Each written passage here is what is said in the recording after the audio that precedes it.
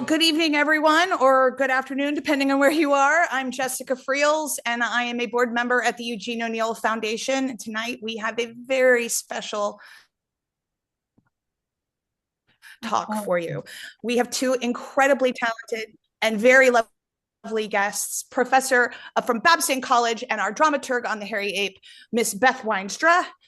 And joining her tonight is the effervescent and very talented Professor Valerie Joyce from Villanova University.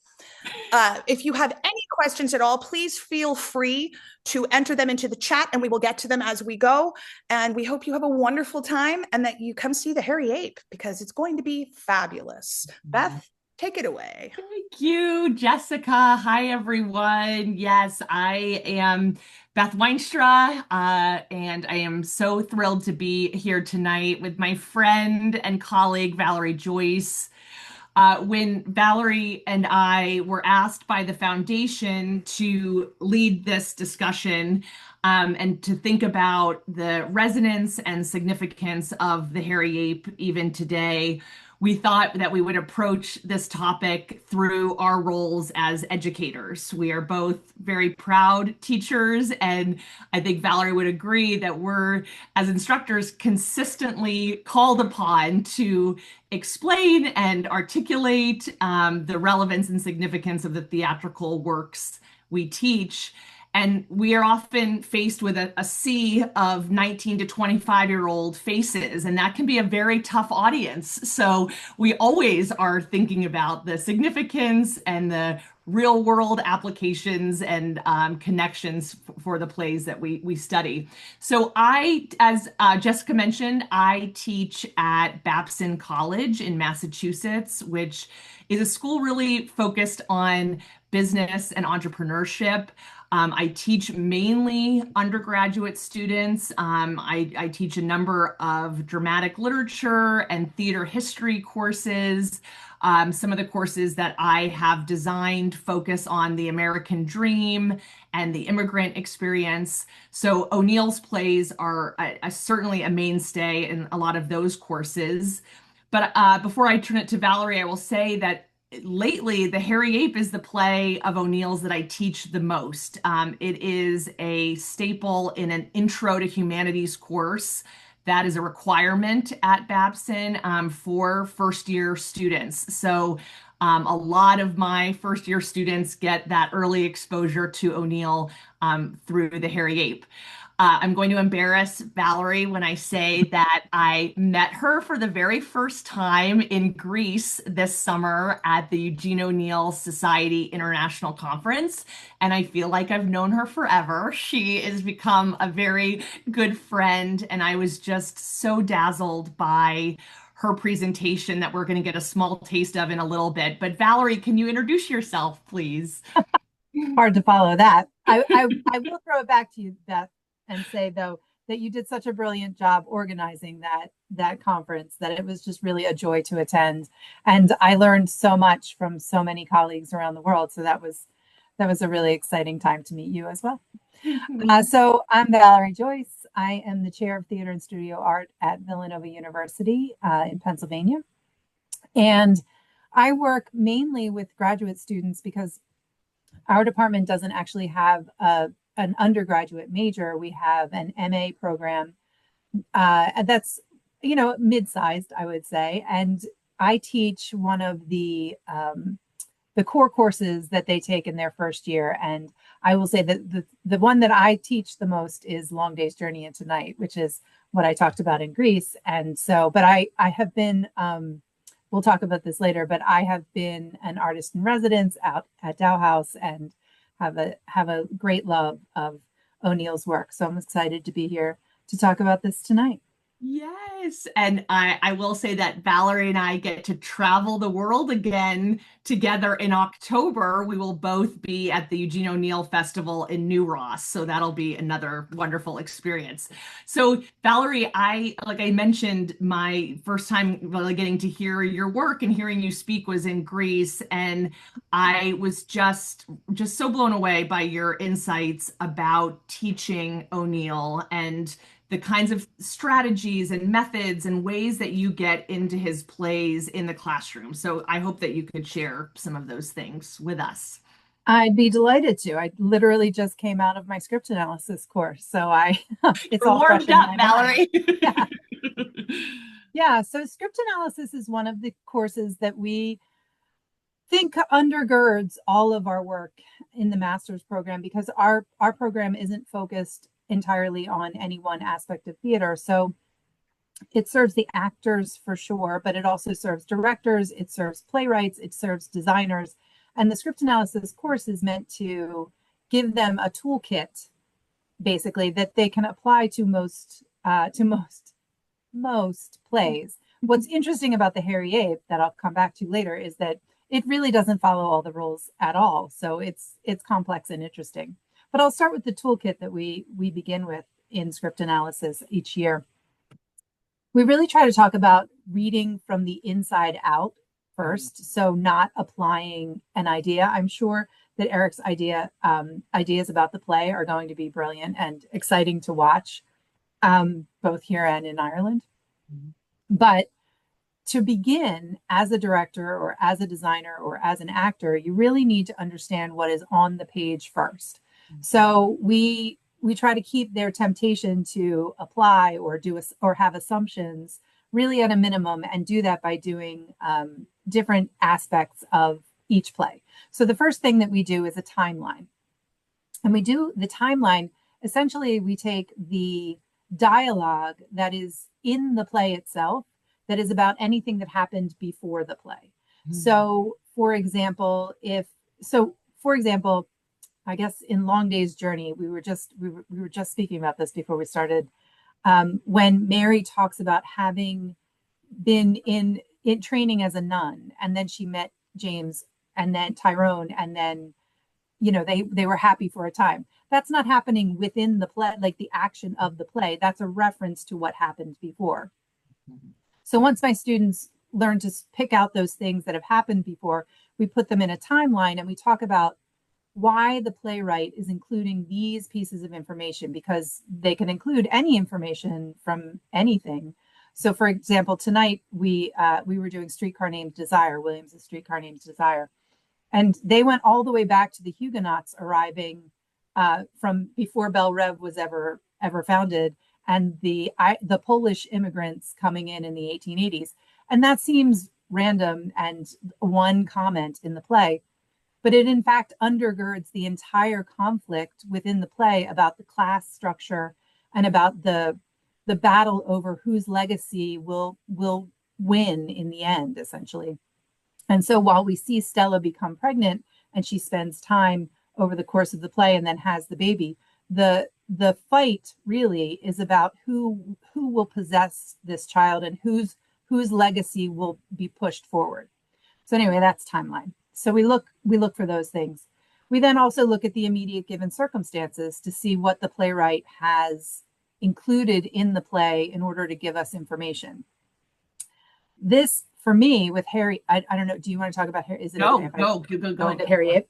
So for me, the immediate given circumstances, what's interesting is that they shift almost constantly through the Hairy Ape. Mm-hmm. And so in the first half of the play, there's quite a bit that is structured on the transatlantic liner, but then it goes to a different immediate given circumstance as Yank moves forward, always with different folks. So it's interesting to try and glean what it is that O'Neill is doing as he sets each special place that we drop in and see Yank for each moment, and then what is built around that and why O'Neill feels like that is the moment that this play needs to take in this man's overall journey. So for example, in the first scene of the Hairy Ape, the immediate given circumstance is the forecastle, the fireman's forecastle. And in his stage directions, which you can read the link, there's a link in the chat actually to the full script if you want to read it before you see it. In the fireman's forecastle, which is where they live, essentially, where they bunk and collect themselves, he describes it as a cramped space in the bowels of the ship, tiers of narrow steel bunks, 3 deep, benches on the floor before the bunks.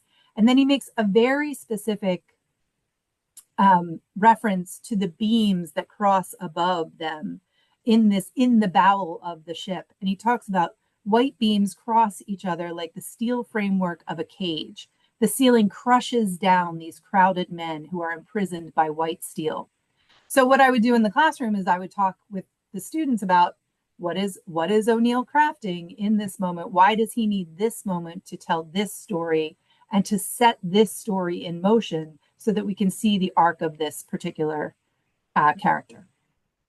What I love already, Valerie, because we're encouraging everyone on this call to read the play, and like you're giving our audience their own little toolbox to think about timeline and given circumstances. Is there anything else that like kind of just generally speaking that you would ask of your students? Yes, well, we moved then to the larger given circumstances, which is the world outside of what we're watching in the play. And for this, there are many different larger given circumstances, but they're all talking about the same kinds of things, which I'm sure Beth will talk about in the play. But in that first moment, the larger given circumstance seems to be all of the men in the play, all of the men down there with him, because they all have different, they come from different places in the world, but they are the people around Yank. But in fact, the larger given circumstance is what we don't see in that first scene, which is first class. All the first class people who are creating the values system that surrounds these men and is in fact the cage that's cramping them down. Yeah. Oh, so stop there. Okay, well, this is a great start. And I'll echo a lot of what you have shared. And again, when I approach the Hairy Ape in the classroom, again, I have a different student audience. I have this is my mainstay in a intro to humanities required course. So a lot of this is not a chosen elective in theater. This is which is a whole other kind of element to education. But I was just saying to Valerie before we got on here, all my years of teaching the Hairy Ape, and I think we see this in Valerie's explanation, I have come to find, and I really believe this is a great gateway drug for O'Neill. So I have students who this is their first, in high school, they have had Shakespeare, maybe some Miller, maybe some Williams, others, but this for a lot of them is their first time experiencing O'Neill. And it really works as a kind of way to turn them on to this dramatist and the plays. So as Valerie said, the stage directions are so important in this play, and I'm very happy we have an esteemed scholar, Bess Rowan, here, I know, in our audience, who is in Valerie's department, who is a scholar of stage directions. And so maybe in the discussion afterwards, Bess can illuminate some of this for us. But, Valerie gave us some of the great stage directions at the top of the play. And after that, O'Neill writes, the treatment of this scene or of any other scene in the play should be by no means naturalistic. And so he goes on, the effect sought after is a cramped space in the bowels of a ship, which is what Valerie read. So this one stage direction opens up a great educational opportunity for students because we can begin to talk about the isms, realism, naturalism, expressionism, which certainly loom large in literature of the 19th and 20th century, but also on stages, as theatrical stages as well.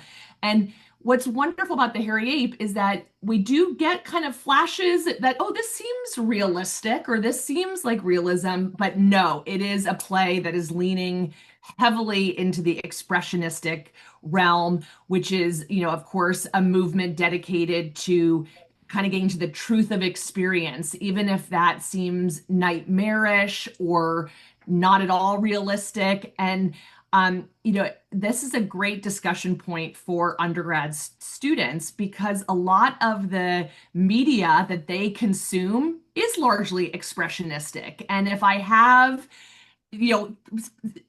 students in the class who love songwriters, love Taylor Swift, love some other big popular music artists. That's very expressionistic in that artists certainly are still using symbols and some of those more dreamlike qualities to get to truth. So that really resonates, I think, with young people.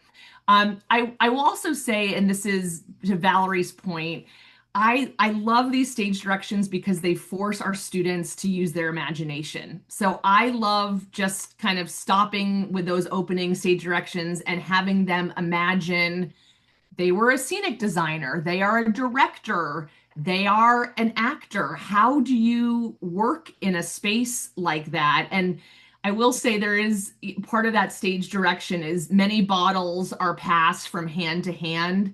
So I had a student one time, Valerie, say, "Well, this kind of feels like the basement of my fraternity." And I think that's a valued comment. So I don't know if you have things to share about like the stage directions and just these opening moments. Anything else? Well, I have the same notes for myself about that. It's not naturalistic at all. This is outside. So as I said, I teach Long Day's Journey, and it is much closer to it's like realism, but it offers you a lot of very specifics, and you're sitting and looking at people who are in their home, and you don't see anything else. Yeah. One of the things that I really struggle with capturing is the second half of the play when they're in New York 3 weeks later, and then they're on Blackwell's Island, and then they're in the IWW office, and then he goes to the zoo. It doesn't behave like a mid-century 20th century play in the kind of narrative arc that we typically watch on television and things like that. And that's of course purposeful. And when he says by no means naturalistic, he's really leaning into a focus on Yank's journey only. Yes. Instead of how each character plays off of this as an arc, or like you would think from reading scene one that Patty is the what most people will call an antagonist, or the other, what I would call the other central character. And for 4 scenes, that seems very true. And then suddenly the world opens up to, well, it doesn't open up, it actually closes down, but it leaves the transatlantic liner, and it becomes something very much more terrifying and punitive. Absolutely. And I can't wait to start to talk about some of those scenes. Before we leave the transatlantic liner, though, I will say I think something that's very helpful, and I suggest even our friends here on Zoom, if you are reading the play, to find a group of people to read it out loud, especially the very opening of the play is really kind of like this cacophony of voices, and there's just like, I wrote some of the lines down. "Pass that bottle back, damn you. Oh, Froggy, where the hell have you been? To hell with them all." And so in a classroom setting, I actually assign each of those lines to a different student. And then we learn the tune to Beer, Glorious Beer. And we actually do this together, and it gets very loud. And then I have an actor or a student who, a very dramatic lighting there, Valerie. Sorry. A student who is Yank, who cuts off all of that, and we kind of just pause there. And what does it mean to start a play with all these voices, and then giant Yank, who is seemingly large and in charge for the moment? And this opens up a lot of great conversation as well. So even in the first 2 pages of this play, it is amazing. But we go ahead, Valerie, please. If I could continue on, just because I took a lot of notes on that as well, and the things that I think are interesting. So it talks about, I talked earlier about how the men are cramped and in cages, and O'Neill talks a lot about how they can't stand upright and they resemble the pictures of Neanderthal men, and then they hold out Yank as the most highly developed individual of their group. So he is like, as you just said, the one that they follow, the one that they look up to. And what I thought was really interesting is in that conversation, in that same section of conversation that you were talking about. So the first section really starts about the alcohol. And so what I ask in the classroom is, so why is that an important thing to establish in this moment? That alcohol is not only freely available, but Yank has a different position on it. It's beer's for Dutchmen and girls. And he wants something boils, and he wants something different. And then when someone offers it to him, he takes it and he doesn't give it back. So it's establishing immediately that he's one of them, but he's clearly separate and different in that he's better in some ways. But the rest of that same conversation establishes several things that we need to know about the world. So drinking is central, but then fighting is also constant and very physical, and pretty much expected because it's not unusual that they would be fighting. Law enforcement is watching. They talk about the coppers in that particular passage. Women are sluts. Sluts. That's it. I did not write the word sluts, but that's the one I was looking for. And then the thing that I think is really interesting is the very last line of that section where they say, because these men are from all over Europe, and they've all come together, been essentially forced together by economics to be in this position, this lower class position. But at the very, very end of the drinking and the fighting and the women and the law, there's a call for unity. There's a we're all chums, right? So I think that that's a really interesting passage that O'Neill includes to both set the scene and the values of that community right there. But then, even though it's so contentious and chaotic, it seems like there's that call for unity, I think, is really, really important as a last line there. Yes, absolutely. And, this also, gives way to a really another nice moment for students. If they, again, the students in my Intro to Humanities course, we read The Birth of Tragedy by Nietzsche, who is really thinking about unity, and Dionysian and Apollonian, and these do kind of different forces of chaos, but unity with music, all of these different things. So this play, which is very inspired by that theory, allows students to kind of make the bridges and see what O'Neill is doing, even in this kind of Dionysian chorus that makes up that first scene. So agreed. We have this moment, and then we'll move on. That I think a common trap for a lot of us, not just our students, but here we have a play starting in the bowels of a ship, rough and tough guys. Yank is going to leave. That it's kind of setting us up that it's going to be this kind of climbing up the ladder, that he's going to be somewhat successful. And I will say also, of course, what gets Yank to leave is this encounter with Mildred Douglas, who is of the first class, who sees him and identifies him as a filthy beast, and this forever kind of just changes him. And the rest of the play is his kind of pursuit first of her, but then trying to find his place that he thought he had established in the beginning. So I love this element of the play because for a lot of my students, they always think that Mildred and Yank are going to end up together, that this is going to be a romantic American dream story. And if I had to identify my favorite element, I think, of the Hairy Ape, it's this constant subverting of our expectations. And so, you spoke so well, Valerie, of like the episodic nature of this play and these different moments. It never lets us kind of be comfortable. It never lets us settle in and know kind of where we are. And I love that about this play. I like that about this play too, but I will say that my students, it's the same as we read through. We're expecting, I think we're conditioned to find the romantic plot line in most cultural events, and this is not O'Neill's gambit in this particular play. it is the so the episodic nature of it, I'll just tag on to that. The episodic nature. So what we talk about in script analysis typically is that there's an inciting incident, something where you can see a central conflict that moves all the way through the play to a climax and a resolution.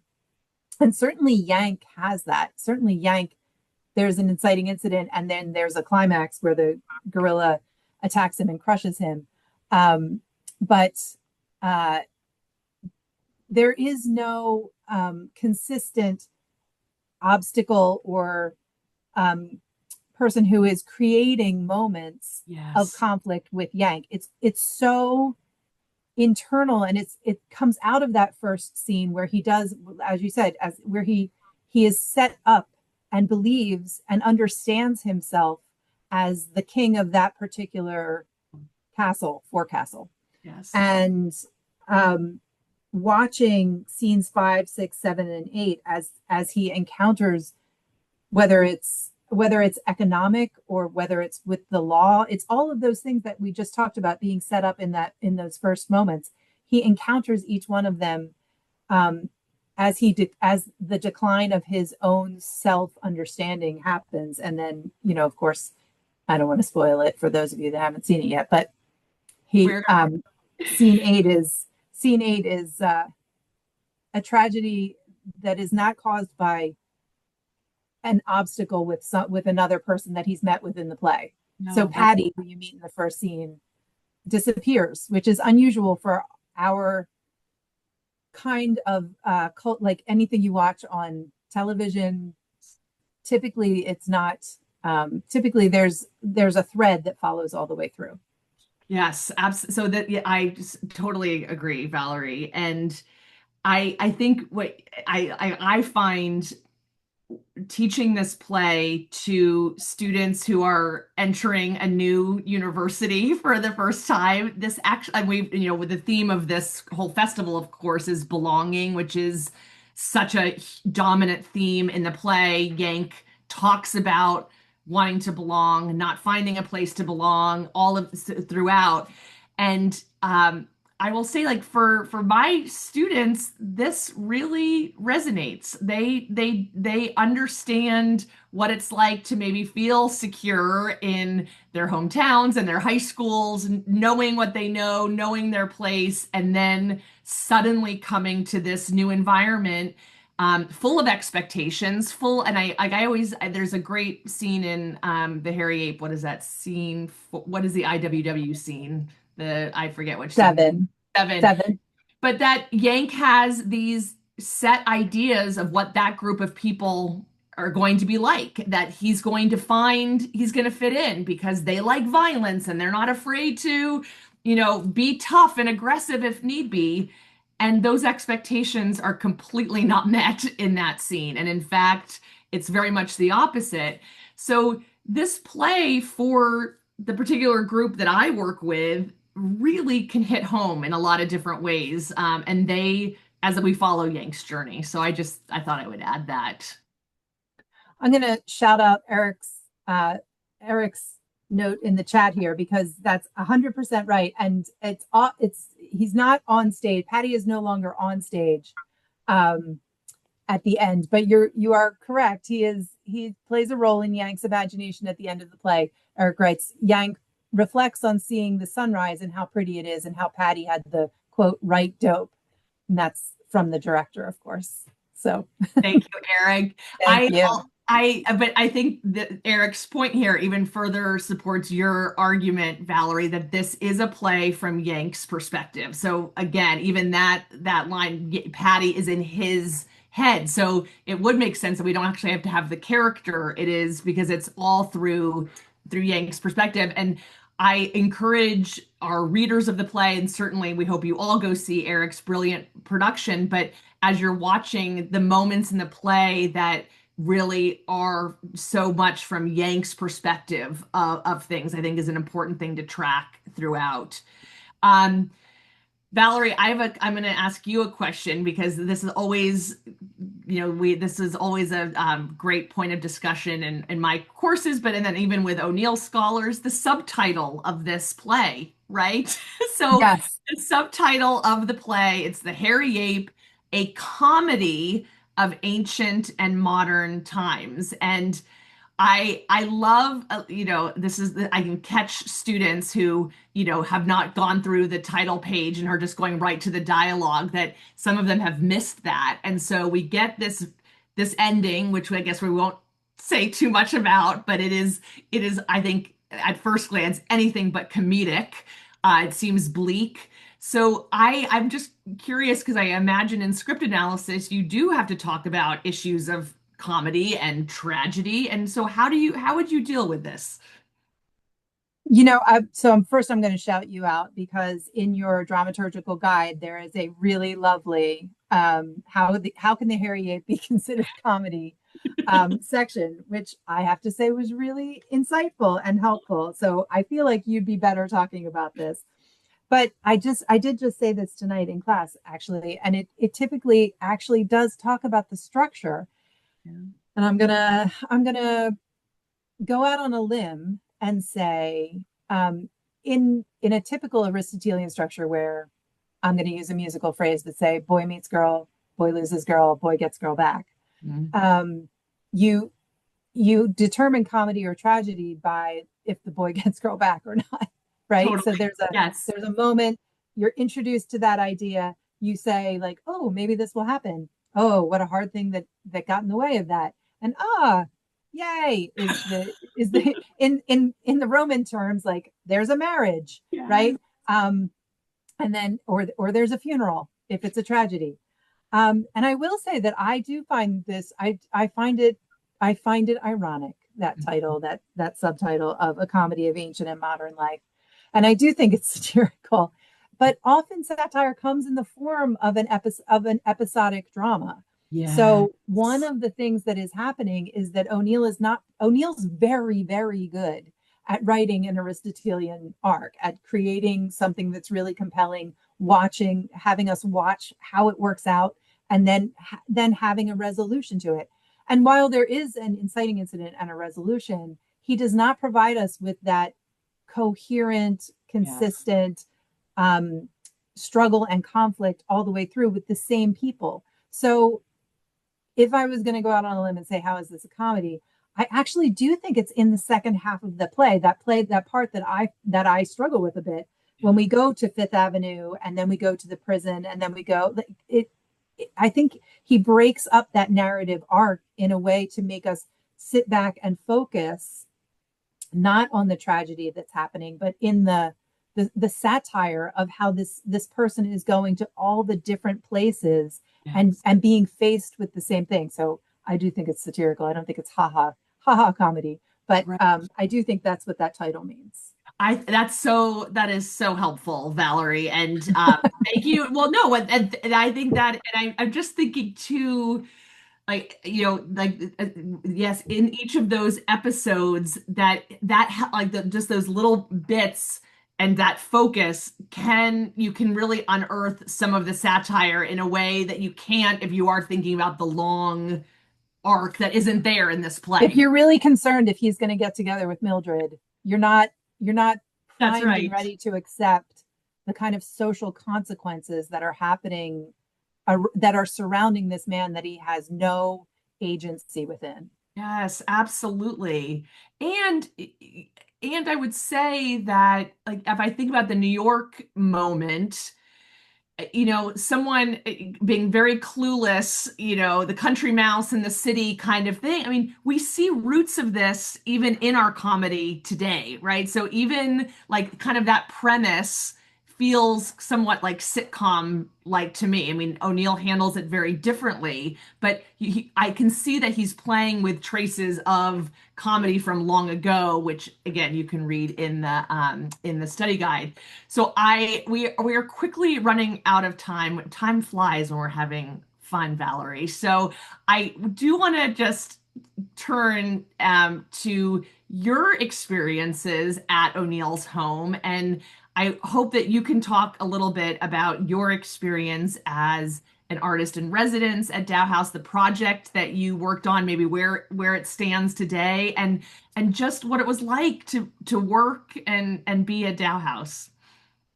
Well, it was magical. I mean, I know I've described it to you many times, but I feel so blessed, lucky, overwhelmed by being in that space. I actually was really lucky, and I've been back there 3 times now, not as an artist, not as an artist in residence each time, but the project that I was working on is a play that I wrote called I Will Speak for Myself, and the attendant academic work around it, which I was really lucky to work on both things while I was there. The first time I was there for 2 weeks, I edited the play down from an hour and 20-minute play to a 55-minute play for the Edinburgh Fringe. And so there was like this kind of mad scientist rush to not crush. It was actually incredibly helpful and made a much better play. And then the second time I was back, I worked on 2 chapters of the book that works around the discussion of building that play. It's a solo performance project about African American women in America from 1649 to 1856.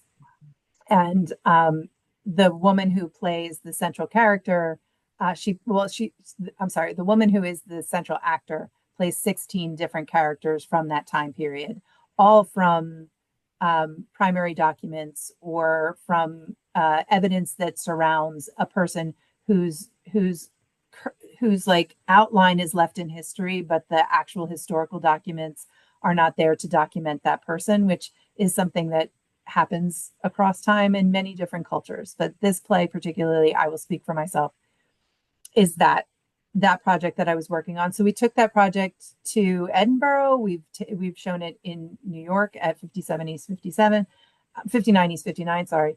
And then we came back to Tao House and presented it there, which was an incredible experience, both just being in that barn and the space around it with the mountains and those beautiful skies. And my children came with us and ran the show from the back of the barn. It was amazing. My whole family was doing all the technical elements, and she was performing, and they had packed houses, and that audiences were so very, very kind and excited and responsive. And we did some lovely talkbacks. It was just truly, I mean, I've said it to you before, Beth, but it was like beyond my wildest expectations. Oh, amazing. And where did you do most of your writing when you were at Tao House? Oh, I was in the trunk room, which was Carlotta's. It's a tiny house that's right off of the main house. There's this lovely path because she was very zen and had everything arranged amazingly with these lovely flowering trees. And I think it's Louis Vuitton, but I think she had some ridiculous number of Louis Vuitton trunks. I want to say 17, but that could be underselling it. But anyway, I was in the trunk room, and it was this tiny room that I just loved. I had a desk and a computer and a bulletin board and a bathroom and some lovely, coffees and teas and stuff like that. And I would sit out under the tree every day and eat my peanut butter and jelly sandwich and just commune with Eugene O'Neill. It was fantastic. Oh, what an And also I got to go into the house where he wrote Long Day's Journey and stand in that room and hear his voice, because they have a recording of his voice there reading parts of the play. And just really, you should, if you've never been there, take time to go to Danville, California. Is what a great plug. And I do see in the chat that some information about if you're interested in becoming a artist in residence, that information is in the chat and on the website. And reach out to Valerie if you need any kind of motivation, because you can see that she is a great spokesperson for it. So before we take a look at, I see a lot of great comments in the chat. Thank you, everyone. We're going to get to those in just a moment. I thought we would end, Valerie, by just maybe thinking about, producing O'Neill's works today. Again, we're so fortunate to have these beautiful productions at Tao House and under the direction of Eric. But I will say, like, I'm so thrilled that there are productions of O'Neill's plays happening all over the place. There was, we just had a production there was a Moon for the Misbegotten in London, at the Almeda Theater. That same theater company will be doing an all black version of Desire Under the Elms next year. We have Michelle Williams in Anna Christie in starting in November. And so there's a lot of O'Neill happening all over the place. And so I don't know, Valerie, you want to share some thoughts, and then I will, about why O'Neill now and why produce him now? Well, I'm trying to, so I have this quote that Rosa said in Greece, that in the spring of 1926, O'Neill asked, is it possible to get modern psychological approximation of the Greek sense of fate into a play, which an intelligent audience of today, possessed of no belief in gods or supernatural retribution, could be accepted and moved by? And I wrote that down when she said it, and I feel like that's what's true about so much of O'Neill's work. It just, in today's parlance, like, he swings for the fences in ways that plays today simply often do not. I mean, some still do, but they are both incredibly precise in their depiction of relationships, emotions, language. Beth Rowan was noting about the dialect in Hairy Ape, and it is heavy-handed, let's say, the way it's written. But it gives you this, but you can see that he's thinking down to the consonants about putting a P instead of a B for every time they talk about beer, to give you a real sense of each and every single character and where they came from and why it's important that this mass conglomeration of people are together. And I think that's why he's still worth producing, to be honest with you. He produces a kind of emotion, an emotional response that I have each and every time. And we were just talking about this before we came on. Each and every time I read the end of Long Day's Journey into Night in the classroom, when they do Edmund's speech about being a bird, and the rhythm of that speech and how it feels like waves. There are just very few writers that write like that today. Yeah, I totally agree, Valerie. And I think for the two of us, and I know we have a lot of other educators on here tonight who have the great fortune of introducing these works to young people who will be our future theater goers. I kind of, like, I keep waiting for that class that isn't moved by the Tyrones, and they have not appeared, and I don't think they will ever appear, or the class who doesn't recognize their own parents in Beyond the Horizon, and right, of like, you're going to go on this path and you're destined here, and the rebellious nature of young people, or like characters who contend with trauma, like Anna Christie. Our students know, our young people know that, and so I think I understand certainly O'Neill's power and presence now, but I'm very hopeful for the future, given what I've seen with young people and getting introduced to these plays that speak to them. So I think we'll end it there of our discussion, but I will go back through our chat for just a few minutes. So I see so many good things here. So Bess, yes, the dialect in the play is hilarious and super stereotypical, which is funny. So there is another element of the humor. William Davies King, hi Dave. If alienation is overcome by belonging or connection, at last he belongs, then that is in line with comedy, which seems Valerie, right? Valerie, did you want to comment on that? The thing that I that Dave's comment makes me think of is those opening lines where they chant, "Drink, don't think, drink, don't think, drink, don't think," because Yes. thinking is too painful. That's right. Yes, absolutely. So you had kind of mentioned this, but I think it's worth reading Bess's comment in its entirety. There's also something really challenging for students about relating a white man to an ape.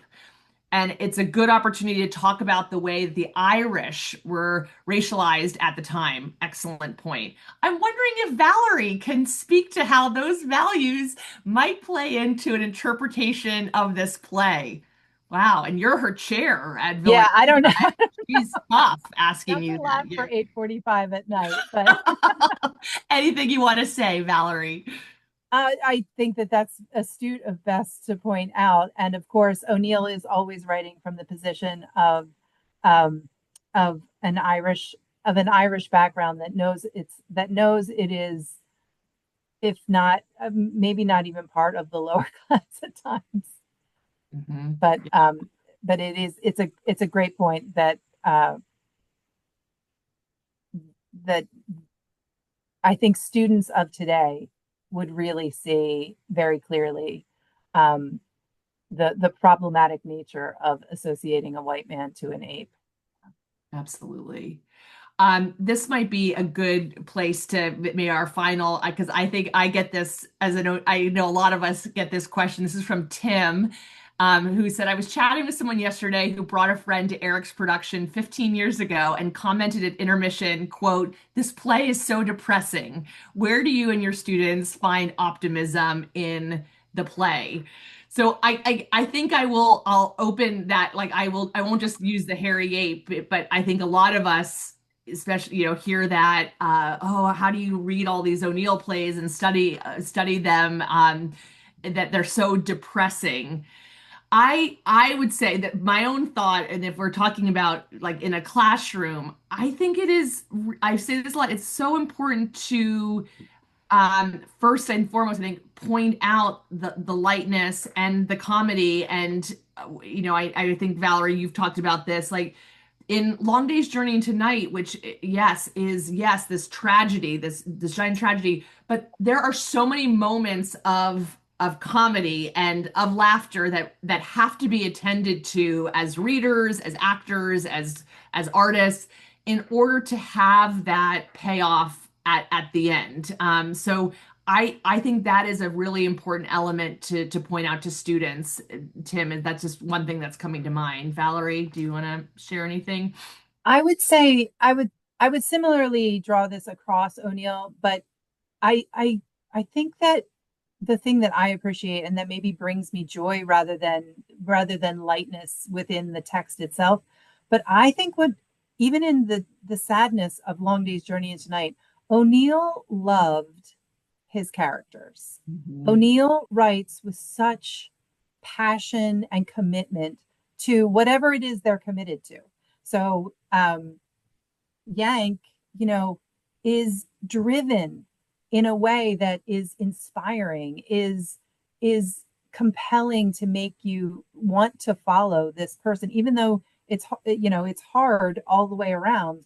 Um, that's where I find the joy in it, and I find that in even the final moments of Long Day's Journey, in their confessions and their commitment to their family life, even though they're all trying to get out, they don't leave. They stay committed even in the hardest moments. And so that to me is what where I see students feel those feelings all the time. And to me, it's not about the tragedy. It's actually about the love that O'Neill has for the writing and for his characters. I love that. And I always think about his quote about the hairy ape, that this is like a play of hopeless hopes, but like how do our characters deal with the hopeless hopes? And you're right, young people understand that. Absolutely. Jessica, I think I'll turn it back to you for final words. Thank you so much, you two. This was just magnificent. And it's so nice to have this lovely afternoon where we get to talk about such, a play that was written so long ago and yet is so prevalent for the times that we're living in right now. So I'm very appreciative. Ladies and gentlemen, we'd like to encourage you to come to our website, eugeneo'neill.org, and buy tickets to the Hairy Ape. We have tickets available still at Tao House, and we have tickets available at the Village Theater in Danville. Please feel free. Bye, Valerie. Please feel free to peruse the website. We also have all the schedules for the whiskey stroll and the shop, dine, see a play. And we would love to see your shining faces up on the hill. So please, we love you all and hope you will come as soon as you can, because we're starting this week and it's going to be as my son likes to say, it's going to be a banger. So let's do it. All right, everyone. Thank you for coming. We really appreciate you. Take care, everyone.